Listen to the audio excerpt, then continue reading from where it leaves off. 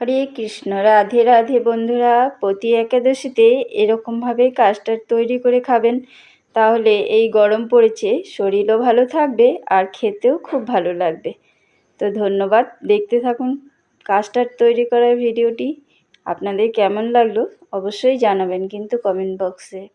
জয় গোরা জীবের তরে, হরে কৃষ্ণ হরে হরে, হরে কৃষ্ণ কৃষ্ণ কৃষ্ণ হরে হরে, রাম হরে রাম, রাম রাম হরে হরে। একবার বললো শোনা উচ্চ স্বরে, হরে কৃষ্ণ হরে হরে। জয় গোরা জীবের তরে, হরে কৃষ্ণ হরে হরে।